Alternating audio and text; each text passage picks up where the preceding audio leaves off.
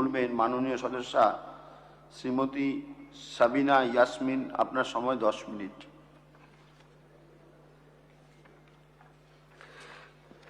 ধন্যবাদ স্যার। আজকে এই মহতী সভায় ভারতীয় সংবিধানে 176 নম্বর অনুচ্ছেদ অনুসারে অষ্টাদশ পশ্চিমবঙ্গ বিধানসভার প্রথম অধিবেশনে পশ্চিমবঙ্গের রাজ্যপাল শ্রী R.N. রবি 18 জুন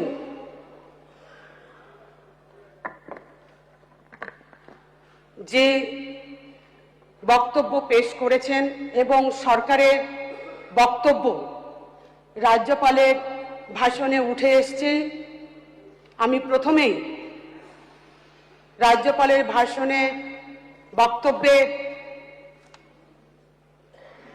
গঠনগতমূলক বিভিন্ন ইস্যু রয়েছে, সেগুলো যেমন খণ্ডন করার চেষ্টা করব, ঠিক তেমনি নিশ্চয় সরকারের যে 1.5 মাস সবেমাত্র 20 ফুটেছে, সেই 1.5 মাসে রাজ্য সরকারের বিভিন্ন ইস্যু নিয়ে যে মোটিভ অনেক বিষয়ে ভালো সিদ্ধান্ত নিয়েছে, নিশ্চয় সেই বিষয়ে সাধুবাদ জানাব। প্রথমে আমি সমস্ত অনারেবল যারা ইলেক্ট হয়ে এসেছেন মেম্বার্স, তাদেরকেও আমি আন্তরিক ধন্যবাদ জানাচ্ছি। স্পিকার সাহেবকেও ধন্যবাদ জানাচ্ছি। এই রাজ্যপালের ভাষণে একটা কথা উঠে এসেছে, ভয়হীন সরকার। এই কথাটা উঠে এসেছে এবং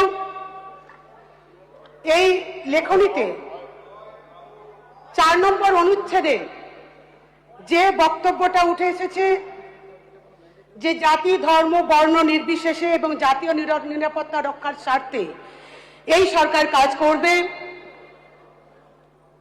এটা সত্যি যে যখন প্রথম পশ্চিমবাংলার মাটিতে বিজেপির নেতৃত্বে সরকার গঠন হয়, তখন যারা আমরা সংখ্যালঘু সম্প্রদায়ের মানুষ, তারা আমরা প্রচুর আতঙ্কে ছিলাম এবং গ্রামের মানুষের মধ্যে একটা আতঙ্ক ছড়াচ্ছিল বা এখনো আছে যে আমরা কি করব।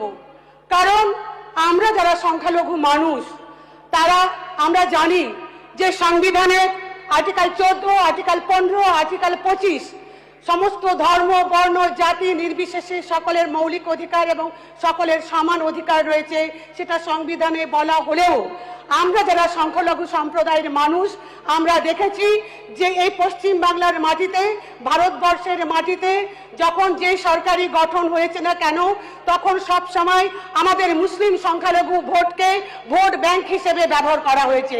কেউ বলে আমরা মুসলিম ভোটদের নিয়ে ভোট নিয়ে আমরা সরকার গঠন করেছি, আবার কোন সরকার বলে যে আমরা মুসলমান ভোট বাদ দিয়ে আমরা সরকার গঠন করেছি।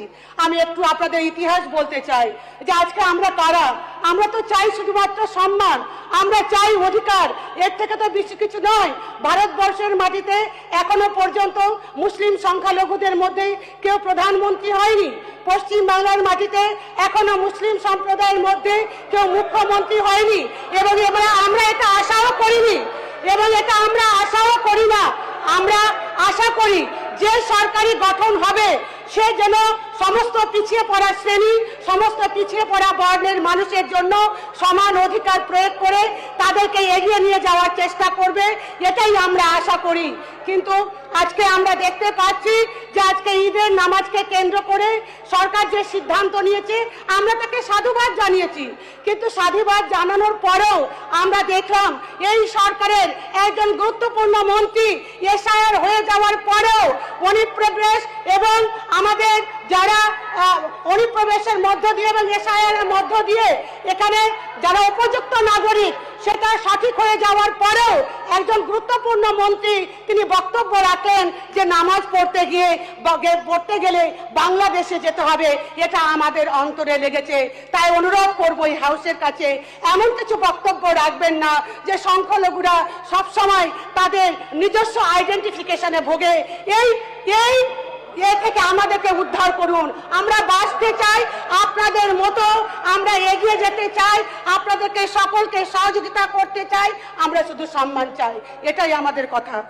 আমাদের এই বক্তব্যে, রাজ্যপালের বক্তব্যে আরেকটি পয়েন্ট উঠে এসছে, সেটা হচ্ছে ভারতীয় নাগরিক সুরক্ষা সংহিতা বিএনএসএস।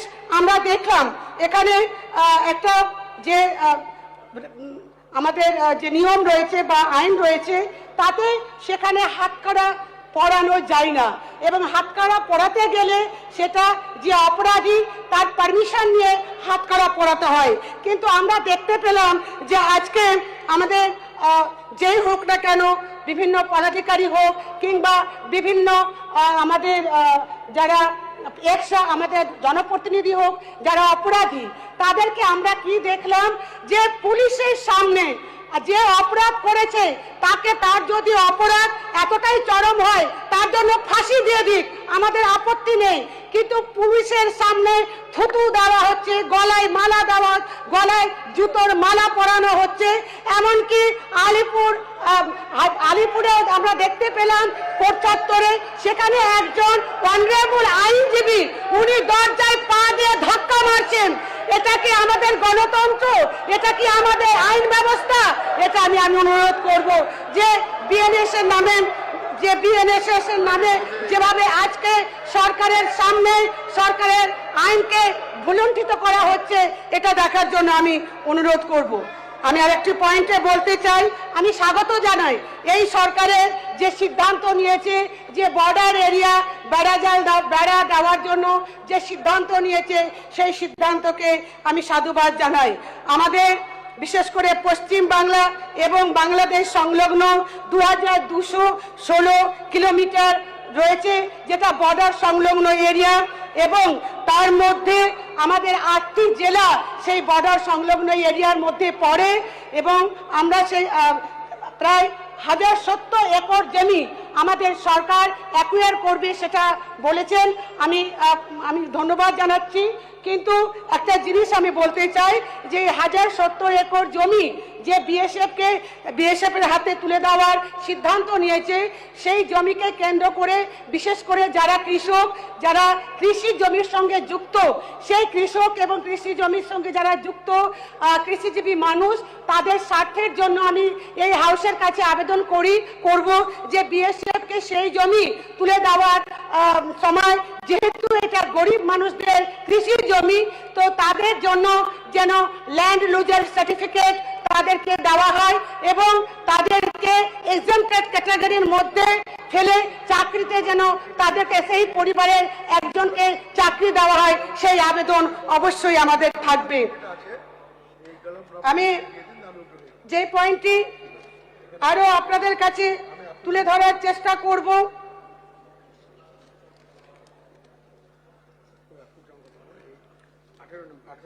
শিক্ষায় থ্রেড কালচার বরদাস্ত নয়, একথা মাননীয় রাজ্যপালের মুখ থেকে বেরিয়ে এসছে, কিন্তু আমি আপনাদেরকে বলতে চাই শিক্ষায় থ্রেড কালচার বরদাস্ত নয়, কিন্তু পাশাপাশি দেখছি প্রশাসনিক জায়গায় আমাদের বিডিও এবং আইসি চেয়ারে যেভাবে অনারেবল আমাদের মন্ত্রীরা বসছেন, সেটা কিন্তু আগামী দিনে থ্রেড কালচারের ইঙ্গিত দেয়, সেই কথাটা আমি মনে করিয়ে দিতে চাই।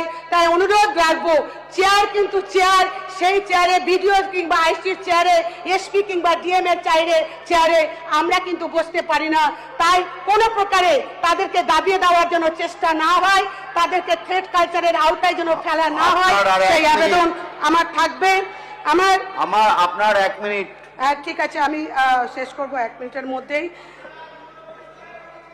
আমি এসআইআর নিয়ে একটু কথা বলতে চাই। এই রাজ্যপালের ভাষণে যে ইস্যুকে কেন্দ্র করে সরকার তৈরি হয়েছে, যে ইস্যুকে কেন্দ্র করে সরকার গঠন হয়েছে এসআইআর, সেই এসআইআর নিয়ে সরকার তো গঠন হয়ে গেছে, কিন্তু যারা ডিলিটেড ভোটার, সেই ডিলিটেড ভোটাররা যারা ট্রাইব্যুনালে গেছে, এখনো পর্যন্ত ট্রাইব্যুনালে গিয়ে কতদিনের মধ্যে তাদের সমস্যার সমাধান হবে, একটি কথাও এসআইআর সম্পর্কে এই রাজ্যপালের ভাষণে নেই।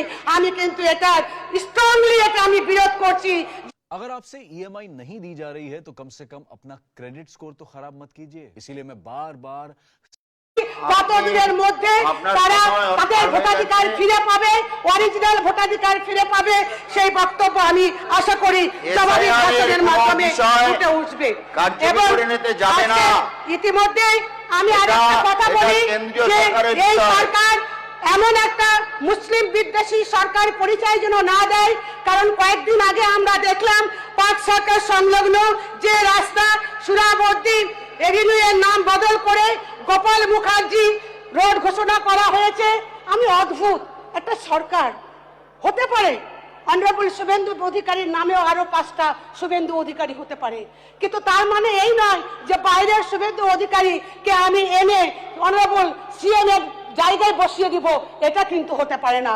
আমরা জানলামই না যে সুরাবর্দী এভিনিউ তার নামে রাখা হয়েছে, অথচ তার নাম কেটে দিয়ে আজকে গোপাল মুখার্জি রোড করে দেওয়া হলো। এটা কি চিন্তার বিষয় হলো না? কারণ একটাই আমি খুঁজে পেলাম যে নামটা হচ্ছে সুরাবর্দী, কারণ নামটা হচ্ছে মুসলিম নাম, তাই ভাবছে যে মুসলিম নাম রাখা যাবে না। তাই এটা আমি অনুরোধ করব যে ইমিডিয়েট যে এই সংশোধন করে নিয়ে যে সুরাবর্দী এভিনিউর নাম ছিল সেই সুরাবর্দী এভিনিউ যেন নাম রাখা হয়, সেটা আমি আপনাদের কাছে অনুরোধ করব। যাই হোক, আমি আমার বক্তব্য না বাড়িয়ে আমি আপিল করব রাজ্যপালের অনেক ভালো কথা আছে, এগুলোকে সমর্থন করিয়ে এবং যে বিষয়ে আমি তুলে ধরলাম এবং আমাদের দল থেকে যেগুলো সংশোধনী আমরা দিয়েছি সেটাকে সমর্থন করবেন, এই বলে আমার বক্তব্য শেষ করছি। ধন্যবাদ স্যার।